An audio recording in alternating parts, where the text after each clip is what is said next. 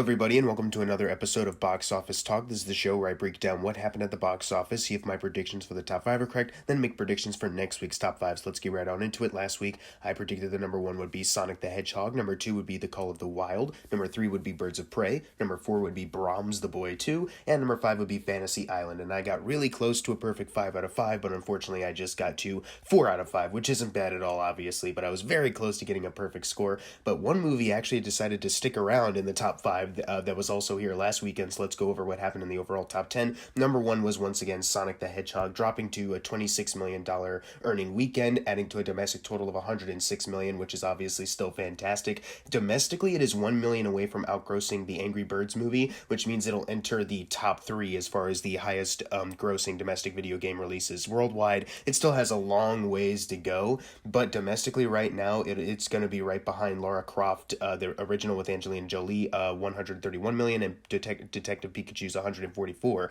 So and it's definitely going to outgross those for sure, because those didn't really obviously hold over very well, even though Detective Pikachu, it definitely made its money back, but that wasn't really one that held over very much in the coming weeks. But Sonic the Hedgehog is holding over very strongly, so obviously it's going to outgross those very soon. I think we will be talking about how it's the highest grossing video game adaptation, at least domestically, very soon. Worldwide, like I said, it still has a ways to go, so we'll have to wait until it bumps up a little bit more, but worldwide it is sitting at $203 million, which is obviously spectacular. I'm still waiting for them to officially announce, because at this point they have doubled their $95 million budget, and soon they will triple it as the weeks go by. I'm just waiting for them to formally announce that a sequel is in the works, because I don't believe they have yet. I feel like they've said they didn't have ideas about where the sequel could lead this franchise, but I don't think they've made any formal announcement like it's going to come out on this date this year or whatever, so we'll have to wait a little bit for that. Number 2, we have The Call of the Wild, making $24 million on a budget of $125 million, so obviously that's not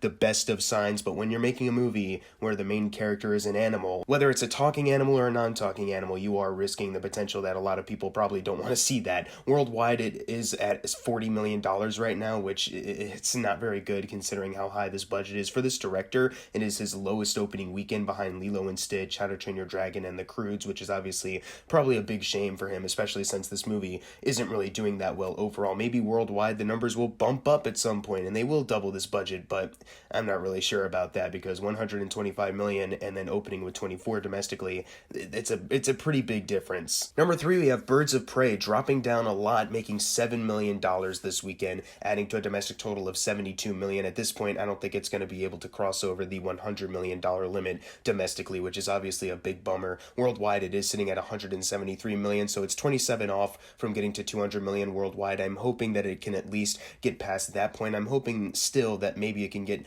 past its tripling point of its $82 million budget, so like $246 million, I believe, but even that might be a little bit of a stretch at this point. As far as the other DCEU films, it is still at the very bottom as far as the earnings. It's $68 million behind Shazam domestically and $190 million behind Shazam worldwide, which is obviously a really big shame. But, you know, at this point, it's kind of hard to act like I'm still surprised by it. At this point, I've kind of accepted what's happened with this film. I'm still just kind of disappointed that it's not making the money that I think it really deserves. Number 4, we have Brahms The Boy 2, not making an opening weekend as high as The Boys. The Boy opened with $10 million.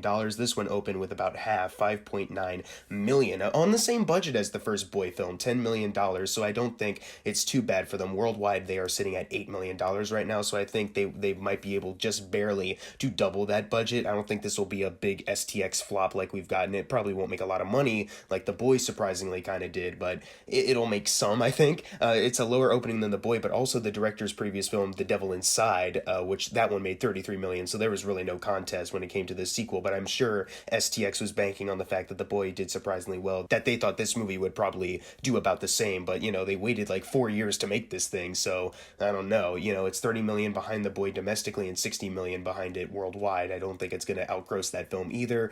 No one was really asking for this film, and judging by the reception it's been getting, no one really cares for this film, so honestly, I wouldn't be surprised if it took a really big dip next weekend too. Number 5, we have Bad Boys for Life, sticking around from last weekend, making $5.8 million, adding to a domestic total of $191 million, $9 million away from getting to $200 million domestically. At this point, I think we will be seeing that happen, which is obviously very exciting. Worldwide, it is sitting at $391 million, so another $9 million away from getting to $400 million worldwide, which is obviously great. I have nothing else to add on this film. I've already talked enough about how well it's doing, so let's move on to number 6, which is 1917, making 4.4 million, adding to a domestic total of 151 million. Domestically, it is now in the top 3 as far as Sam Mendes' films. It's behind Spectre's 200 million domestic run and Skyfall's 304 million domestic run. Worldwide, it is sitting at 347 million, and that is 9 million away from outgrossing American Beauty. At this point, I think it will just by a little bit, and at that point, it would enter Sam Mendes' top 3 worldwide grossing films, where Spectre made 879 million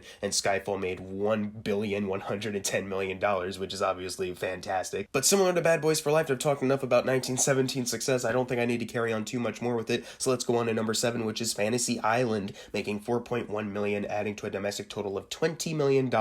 Worldwide, it is sitting at 33 million. You might think, man, what a big dip from last weekend. It's such a failure, and it's really not that big of a failure because the budget is $7 million, and they have at this point quadrupled that $7 million budget, so they're good. You know, Blumhouse makes these movies for cheap after all, but I'm sure it must hurt a little bit that this movie doesn't make as much money as a bunch of other Blumhouse films, and I'm sure it must hurt a little bit knowing that it got the critical bashing that it did. I don't even think this movie made as much money as Truth or Dare. I forgot to check that or not, but I don't even think it's making as much money as Truth or Dare did, because I remember Truth or Dare doing like surprisingly a little bit good. So Number 8, we have Parasite, making 3.1 million, adding to a domestic total of 48 million, and worldwide it is sitting at $210 million. This is obviously super fantastic. Since it won Best Picture, it's getting more people that maybe wouldn't even go see films from other countries to go see it in theaters, which is obviously fantastic because it is a film that you should at least experience once in the theater because it's an unforgettable experience for sure. So basically what I'm trying to get at with the success of Parasite is suck it, Robert Storms and Donald Trump. Moving on to number 9, we have Jumanji: The Next Level, making $3 million, adding to a domestic total of 310 million. Worldwide, it is sitting at 787 million. So 13 million away from getting to 800 million worldwide. It might be able to squeak past that point. Maybe it has died down a lot recently, so we'll just kind of have to wait and see. Domestically, this might be the last time I'll be able to compare where Welcome to the Jungle ended up in this film because I think it's going to leave the top 10 fairly soon. So let's go over it one more time. Domestically, it's 94 million away from Welcome to the Jungle's overall domestic run, and worldwide, it's 177 million away from Welcome to the Jungle's overall run. So finally closing out the video, going into the number 10 spot, The Photograph, dropping extremely from number 4 last weekend all the way down to number 10. I really do think that since Valentine's Day passed, people looked at this movie as just, oh, it's that Valentine's Day movie. That day is past. We don't need to see that anymore. It made $2 million this weekend, adding to a domestic total of 17 million. There's still not a big worldwide number to boost this yet, so its budget of 16 million, it did exceed that initial production budget, but it's looking like they're not going to double that at any point, which might be disappointing if you like this film. I saw it this past week and it was okay. But now it's time for the fun part, the predictions for next week's top 5. Number 1, I'm going with The Invisible Man. Then number 2, Sonic the Hedgehog. Number 3, The Call of the Wild. Number 4, Birds of Prey. And number 5, Brahms The Boy 2. I really am hoping that since The Invisible Man is like the only wide release coming out next weekend, that maybe more people will go and visit Birds of Prey. Maybe just a little bit that can help it, you know, but oh well, we'll see what happens next week. What are your predictions for next week's top 5? Leave them in the comments below. And if you got your predictions right for this week, you're going to get a shout out right now. Unless you didn't get it right, then I'm sorry. And as always, thank you guys for watching. Make sure to subscribe. I'm Jackson Fulcher. See you guys next time.